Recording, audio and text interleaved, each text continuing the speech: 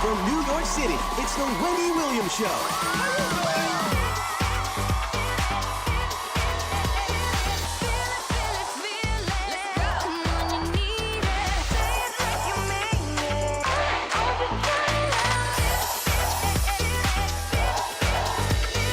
Now, here's Wendy.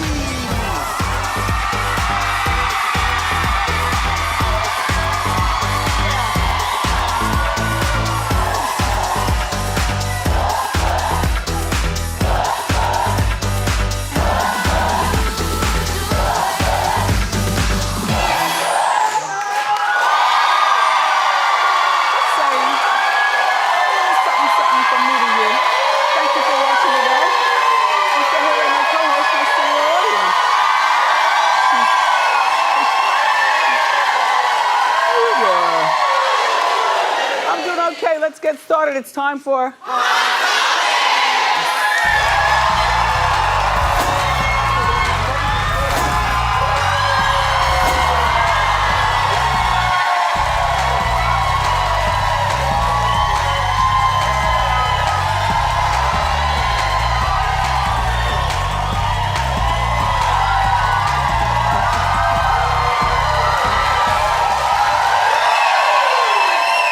Thank you.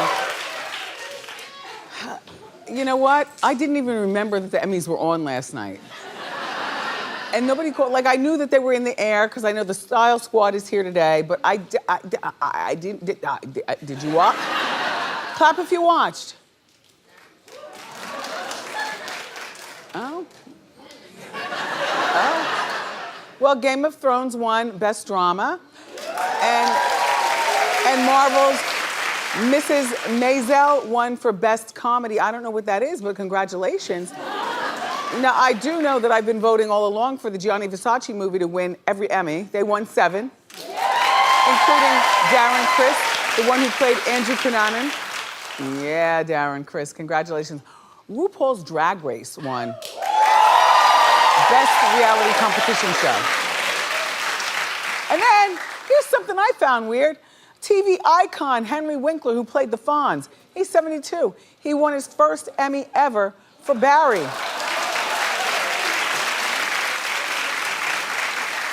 They ain't fair, I'll tell you. They ain't fair, Henry Winkler. But he was nominated for playing the Fonz on Happy Days 41 years ago. He played the Fonz, and so good for you, Henry Winkler.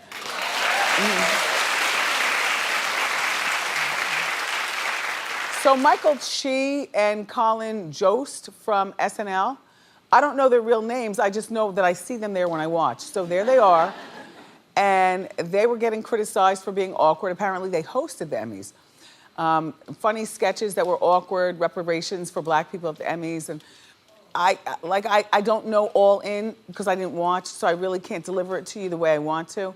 So I prefer to just move along.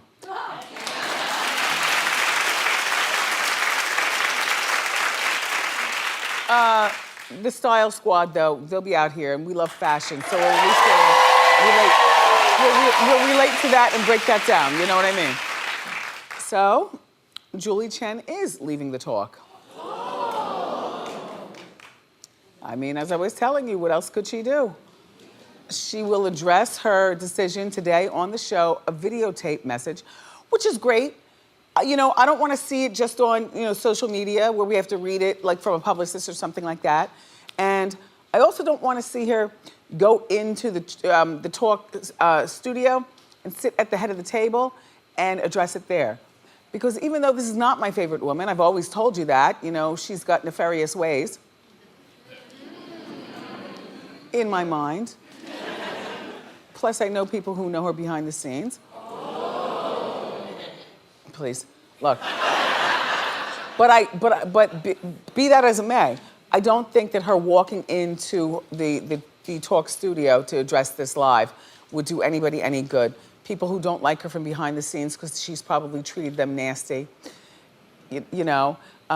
People who wish that she was out all along because she probably walks around, with her shoulders back because my man is the president of the network.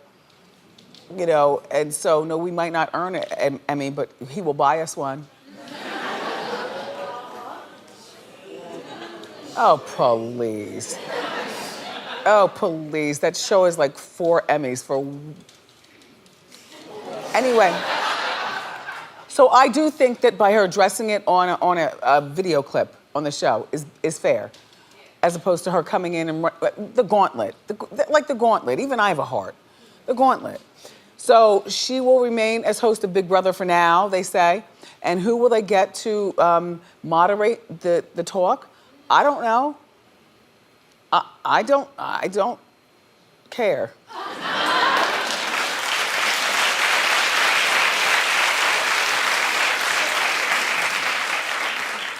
Suzanne and I are busy pedaling this bicycle as fast as we can over here at the Wendy Show, right? Mm-hmm. What do we care for that? Exactly, we don't care for that. No. I'm just saying.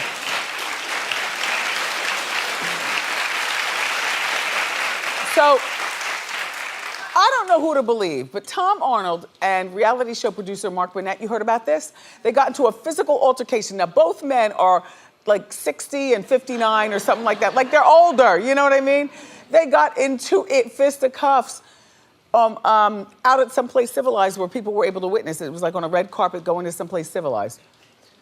So yesterday, Tom filed a police report claiming that Mark tried to kill him. Now, you know, Mark Burnett is married to that lovely religious woman, Roma Downey Jr., touched by an angel. Junior. And Mark Burnett and she have a very specific path in their lives, which is a beautiful one, including, you know, angel wings and stuff. But maybe Mark did charge, maybe he did take off his wings for a moment and charged Tom. Well, the blast got the video. You take a look and then we'll talk. Squint and look. He lost his mind there and tried to, well, he could have killed me. First of all, I've only got one working vocal cord, so I'm going to the doctor right now. So I hope, and by the way, if you know, this is a guy that's worth hundreds of millions of dollars, Mark Burnett, who just tried to murder me at a party. Literally tried to murder me. Okay. Well, apparently, sources at the party all have conflicting reports, and I really don't know what to believe because Tom does have a brand new show that coincidentally starts tonight. Hold on a moment. Some said that Mark started the fight by choking Tom out.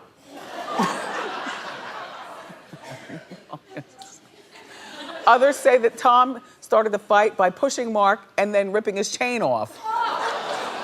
What the 1988 hip hop is going on?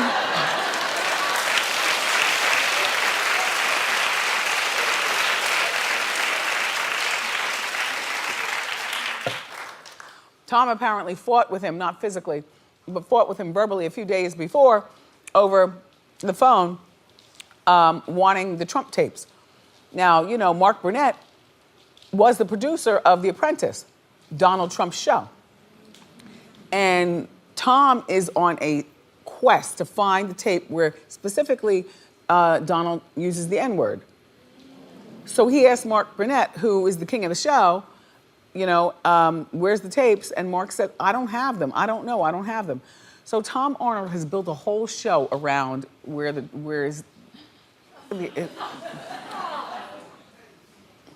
you know, maybe a special, like Who's in Grant's Tomb? Geraldo did it years ago. It was a one-time special, maybe an hour and a half, we all watched, boom. Tom, so this is your new thing, okay. First of all, I do believe Trump used the N-word, so I really don't need the tapes. Second of all,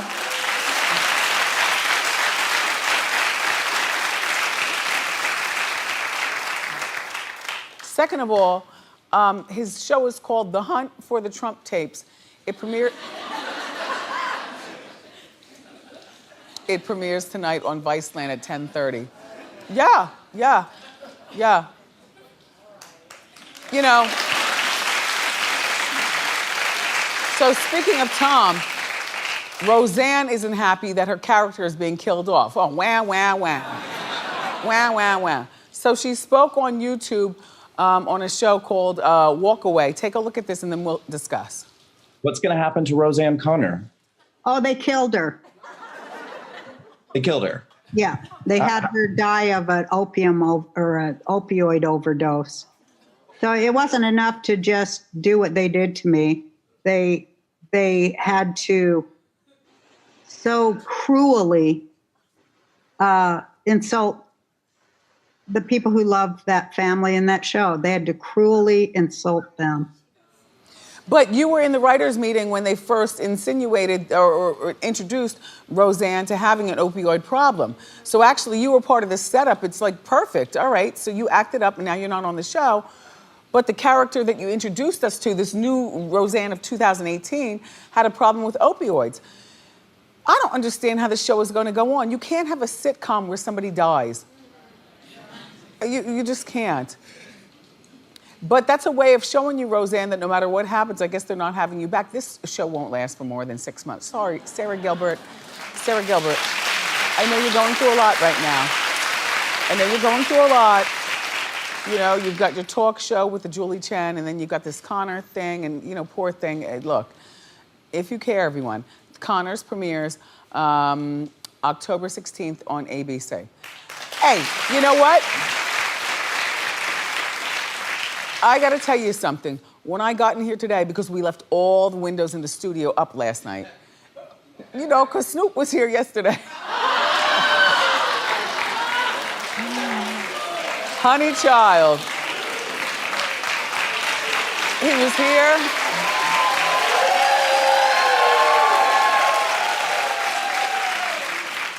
He was here, he's coming back. He'll be back in a couple of weeks to actually sit on the couch so we can talk, but he just popped by. But when he pops by, Hunty, I think I'm just getting over my contact. But this is how much, you know, and I know you saw me if you watched the show, you know, loving Snoop and everything. A lot of you all thought I wanted to have an affair with Snoop. Oh yes, oh yeah, no, they saw twinkles in my eyes and his eyes or something. No, it's not like that. It's that he's been a family friend for so long, and I've been around for so long. I know I've probably said salty things about Snoop in his career, and then because of social media, I know he said salty things about me, but that is not the point. We're now grown people, and I love the love that we have. Hold on. And I love the love that we have, and let me show you the receipts of just how long we have, plus more, because I've known Snoop since before I met Big Kev, but look at little Kev. It is, like, he grew up and he's like, who's that? I said, that's Uncle Snoop. I mean, he's been around my family for quite some time, for good, bad, or indifferent. So it was just nice having him here yesterday. And thank goodness for open windows.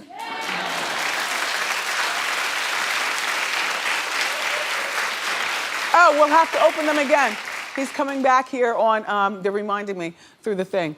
September 26th, he's gonna sit on the couch, all right? There. So it's confirmed. I mean, people have been speculating, but it's confirmed. Khloe Kardashian, she's 39, she is dating this 20-year-old boy. Did I tell you I saw Jonas on Wall Street the other day? And I am not good at recognizing people when they're not on the set or whatever. I'm terrible with faces, but he looked every bit like Jonas, young and lost. He had people around him, you know, telling him which way to go and stuff, but just, No, I didn't say anything. Like, what am I gonna say? Who cares? But I saw him because he was so much taller than everyone and really good looking in person. I mean, I get it, Courtney. But she's not with him anymore. She went even younger. So over that boy from Blackish, you know, excuse me. They're falling on the ground. They're not dancing in the streets. They're clutching their pearls. I'm sorry, co-host. Lucas Sabat is taken. He's from Grownish, and that's why they're clutching, because that's such a big show. And he's a really big kid right now, but the point is that he's a kid, he's 20. So on Friday night, they were at the Chateau Marmont, which, by the way, you don't go there if you don't want to be flashed and pictures taken of. His arms were around her waist and everything like that. Well, He's been a family friend for a long time. So people were saying, well, maybe they were going out as family friends. You ever have a family friend that goes out with you and guides you by the waist? It's not a big deal. I get it. But overnight, somehow we found out that this is the real deal. I think that this is about Kourtney wanting to become more interested or interesting, because she's not interesting on that show. And I don't know that this is the way to do it. I mean, the only one who wins with this is the boy, because he's 20, messing around with a 39-year-old mother of 3. You know, so you get all kinds of stripes in the boys club for that. In the girls club, not so much. Like you know, not for nothing, girls, and you know, I'm a bit of a cougar. Well, in my mind, you know, I like a young man, but not 20. Like 20 is not even an effort. You don't have to do anything but tell him you've got goldfish and pineapple juice. Come on over. Come on. Come on.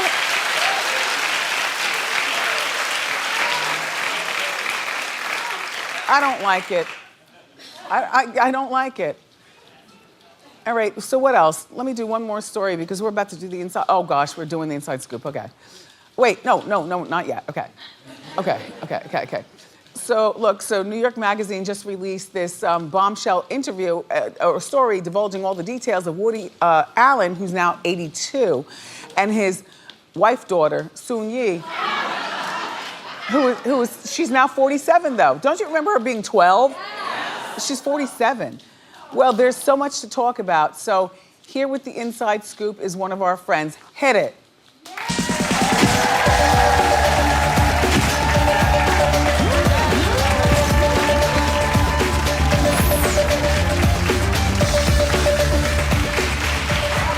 All right, Khloe Milos has been riding with our show since the beginning, so she knows that we like her to give it to us good. I'm your ride or die. Yep, and she's from CNN. So, yes. So what's going on, Soon-Yi and... Okay, so let me just explain why this article is such a big deal. Soon-Yi has not spoken out in 25 years, Wendy. No one's ever heard from her, and there have been so many allegations swirling this entire time because it was one of the biggest scandals in Hollywood when Woody Allen and Soon-Yi got together. Well, Soon-Yi tells New York Magazine that she's chosen to speak out for the first time now in the midst of this Me Too movement. Now, she is Mia Farrow's adopted child. Yes. Then she met Woody Allen, but then Woody adopted her. So he actually did not adopt her, and I'm gonna get to that, but they're still living like father-daughter. Well, so listen, Soon-Yi wants to set the record straight. Oh. Soon-Yi says that a lot of what has been said about Woody Allen is not true. So what happened was, Wendy, is that when Soon-Yi was 11 years old, Mia Farrow started dating Woody Allen. Woody Allen starts coming into their lives, starts hanging around the house, but she says that he was never a father figure to her, that they were never married, Mia Farrow and Woody Allen, and that Woody lived in another apartment down the street. Right. So that she really never saw him like that and never had feelings of attraction to him, she claims, when she was a teenager. That sounds a bit believable. So she breaks her ankle in the 11th grade. Okay. Woody Allen is home and says, your foot's really swollen, you need to go to the hospital. And that's when they start becoming more friendly with one another. And she thought, thank you so much for looking out for me, because she claims Mia Farrow was not a good mother. I'll get to that.